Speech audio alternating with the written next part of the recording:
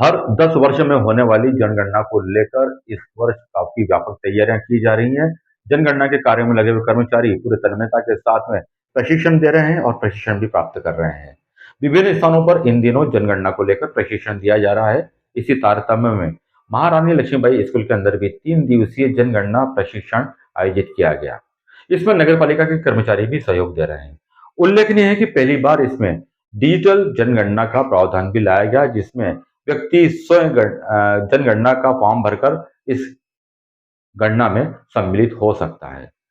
नगर के विभिन्न क्षेत्रों के अंदर मकानों की सूचीकरण करने का कार्य प्रारंभ कर दिया गया है और इसी को लेकर जगह जगह जनगणना प्रशिक्षण का कार्य प्रारंभ कर दिया गया है।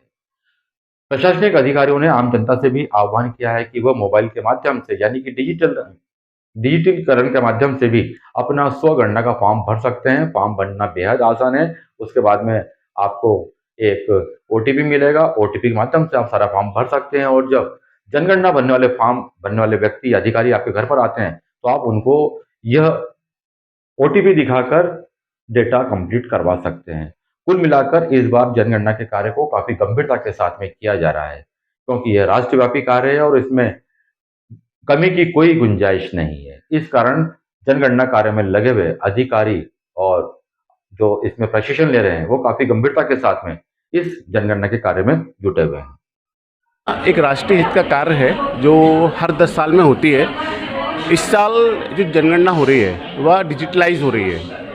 उस जनगणना में हम हमारे जो प्रगणक हैं उनको यही बताने का प्रयास कर रहे हैं कि फील्ड में जाके किस प्रकार से वहाँ आसानी से वहाँ लोगों को विश्वास में लेके वहाँ काम को आसानी से वहाँ पर करें। उसी चीज़ को हम समझा रहे हैं। जो उनको कन्फ्यूज़न है उन्हें हम दूर करने का प्रयास कर रहे हैं।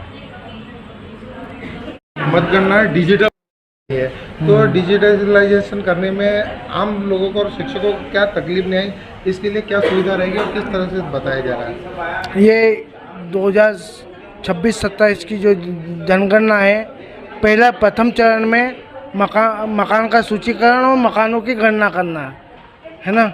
परिवार कौन सा परिवार है, परिवार सामान्य परिवार है, संस्थागत परिवार है या फिर आवास है, आवास सह व्यवसाय, इन चीज़ों का मूल्यांकन करके उसको जनगणना करना है। जनगणना प्रथम बार में डिजिटल हो रही है तो डिजिटल का मोबाइल के द्वारा परिवार गणना भी करवा सकता है, घर से स्वगणना कर सकता है। उसका कार्यक्रम 16 अप्रैल से 30 अप्रैल तक चलेगा और 1 मई से 30 मई तक कार्य मकान सूचीकरण और मकान गणना का कार्य प्रगणक और प्रेक्षक घर घर जाकर किया जाएगा। प्रेक्षक रीचेक करेंगे वहाँ पे जाके, है ना, और सत्यापन किया जाएगा प्रगणकों के द्वारा। और यदि उसमें कुछ मिस्टेक निकलती टूटी होगा वो निराकरण किया जाएगा, वहीं पे उसमें सुधार के लिए सुधार किया जाएगा। को लेकर आप जो ट्रेनिंग ले रहे हो और आपको क्या क्या चीज़ बताई जा रही है और कैसे आप मतलब हर घर जाओगे और फेस करोगे उस चीज़ को और कहीं कोई तकलीफ नहीं आए, कन्विंस कैसे करोगे आप? सबसे पहली बार ऑनलाइन जनगणना हो रही है। टेक्निकल रूप से पहली बार हम लोग मोबाइल के थ्रू जनगणना करेंगे।